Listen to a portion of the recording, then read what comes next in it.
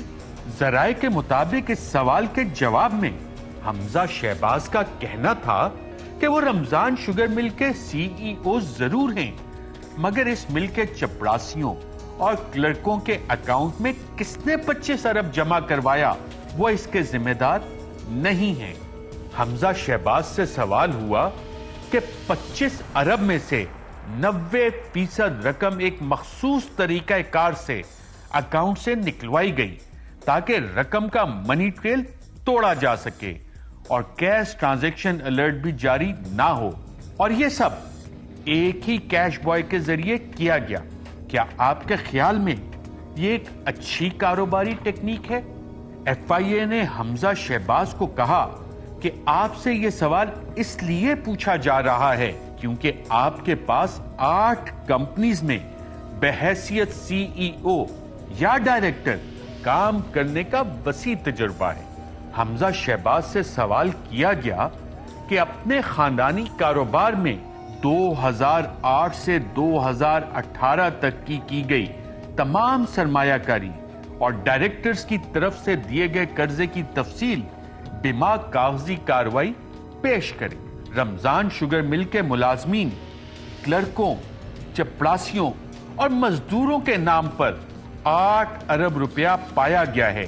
کیا یہ money laundering نہیں؟ رمضان شوگر مل کے چپڑاسیوں اور کلرکس کے اکاؤنٹس میں غیر متعلق اشخاص اور ایسے کاروبار جن کا چینی سے کوئی تعلق نہیں، ان کے پیسے جمع کروانے کے شواہد موجود ہیں۔ ان سوالات کے جواب میں حمزہ شہباز کا کہنا تھا کہ اگر ان 25 ارب میں کوئی ناجائز رقوم آئیں تو اس کی ذمہ داری میری نہیں۔ ایف آئی اے نے حمزہ شہباز سے سوال کیا کہ رمضان شوگر مل کے علاوہ وہ ایسے تمام خاندانی کاروبار جن میں آپ 2008 سے 2018 کے دوران ڈائریکٹر یا چیف ایگزیکٹو آفیسر رہے، ان کے کم آمدنی والے ایسے ملازمین کے بینک اکاؤنٹس کی تفصیل پیش کریں جن کے اکاؤنٹ میں 10 ملین سے زیادہ کا ٹرن اوور رہا ہو۔ رمضان شوگر مل یا اس کے ملازمین کے ذریعے 2008 سے 2018 کے دوران ہونے والی بیرون ملک ترسیل زر کی تفصیلات فراہم کریں۔ ایف آئی اے نے حمزہ شہباز سے کہا کہ بحیثیت chief executive officer Ramzan sugar mill mainland U K, British overseas یا کسی بھی ٹیکس ہیون میں رمضان شوگر مل کے ڈائریکٹر اور اپنے بہن بھائیوں کے کاروبار کی تفصیلات پیش کریں۔ تحقیق کرنے والے افسران کے مطابق حمزہ شہباز کا کہنا تھا کہ ان کے یا سلیمان شہباز اور خاندان کے دیگر افراد کے بیرون ملک کوئی خفیہ اثاثہ جات موجود نہیں۔ اس کیس کے تیسرے مرکزی ملزم سلیمان شہباز کے متعلق ایف آئی اے نے لکھا ہے کہ سلیمان شہباز کو ای میل کے ذریعے اور ان کی رہائش گاہ پر 3 مرتبہ نوٹس بھیجے، مگر وہ 27 اکتوبر 2018 کو برطانیہ فرار ہو گیا تھا اور کسی نوٹس کا تاحال کوئی جواب نہیں دیا۔ 20 اپریل 2021 کو سلیمان شہباز کو اشتہاری اور مفرور قرار دے دیا گیا تھا۔ ایف آئی اے نے اپنے حتمی چالان میں اس کیس کو میگا منی لانڈرنگ کیس لکھا ہے اور لکھا ہے کہ دوران تحقیقات ابتدائی طور پر 57 مشکوک اکاؤنٹس کا سراغ لگایا گیا جس میں بڑی رقوم ٹرانسفر کی گئی۔ 2008 سے 2018 کے دوران ان 57 اکاؤنٹس میں 55,000 ٹرانزیکشنز کی گئی۔ مزید تحقیقات پر یہ سامنے آیا کہ ان 57 اکاؤنٹس میں سے 28 اکاؤنٹس شریف گروپ کے کم آمدنی والے 14 ملازمین کے نام پر کھولے گئے تھے۔ اس حتمی چالان میں ایف آئی اے نے صرف ان 28 اکاؤنٹس کا ہی ذکر کیا ہے۔ باقی مشکوک اکاؤنٹس ایف آئی اے ذرائع کے مطابق ایک دوسرے چالان یا کیس کے ذریعے سامنے لائے جائیں گے۔ ایف آئی اے ٹیم نے ان 28 اکاؤنٹ سے متعلق تمام بینکنگ ریکارڈ حاصل کر رکھا ہے اور ایف آئی اے کے مطابق انہوں نے ان 28 اکاؤنٹ سے متعلق 17,300 ٹرانزیکشنز کی جانچ کی۔ اس تحقیق سے ایف آئی اے نے 9,500 وہ ٹرانزیکشنز نکالی جو کہ کیش رقوم جمع کروانے سے متعلق تھیں اور یہ تقریباً 10 ارب روپے کی ٹرانزیکشنز بنتی تھیں۔ اس طرح ایف آئی اے نے منی ٹریل مکمل کرنے کے لیے ان اکاؤنٹ سے جڑے تمام افراد کے نام، شناختی کارڈ نمبر، اکاؤنٹ ہولڈرز کے تمام دستاویزات اور ان اکاؤنٹ سے جڑی تمام دستاویزات حاصل کی۔ چالان کے مطابق شریف خاندان کا ایک فرنٹ مین جو کہ زیر حراست ہے اور مشتاق چینی والے کے نام سے جانا جاتا ہے، اس نے بھی کئی اکاؤنٹ چلانے کا انکشاف کیا ہوا ہے۔ ایف آئی اے کے مطابق مشتاق چینی والے نے 16 عدد مزید بے نامی اکاؤنٹس کا بتایا ہے۔ ایف آئی اے کے چالان کے مطابق وہ اکاؤنٹس اس رپورٹ میں شامل نہیں کیے گئے کیونکہ وہ اکاؤنٹ چینی اور دیگر مصنوعات کی بلیک میں فروخت سے حاصل رقوم کو چھپانے کے لیے استعمال کیے گئے۔ پاکستان میں جب بھی کیس عدالتوں میں جاتے ہیں تو طاقتور افراد کے خلاف ثبوت یا تو داخل نہیں ہوتے یا پھر گم ہو جاتے ہیں، مگر اس کیس میں چند چیزیں مختلف دیکھنے میں نظر آ رہی ہیں۔ ایف آئی اے کی جانب سے ان سب اکاؤنٹ ہولڈرز کی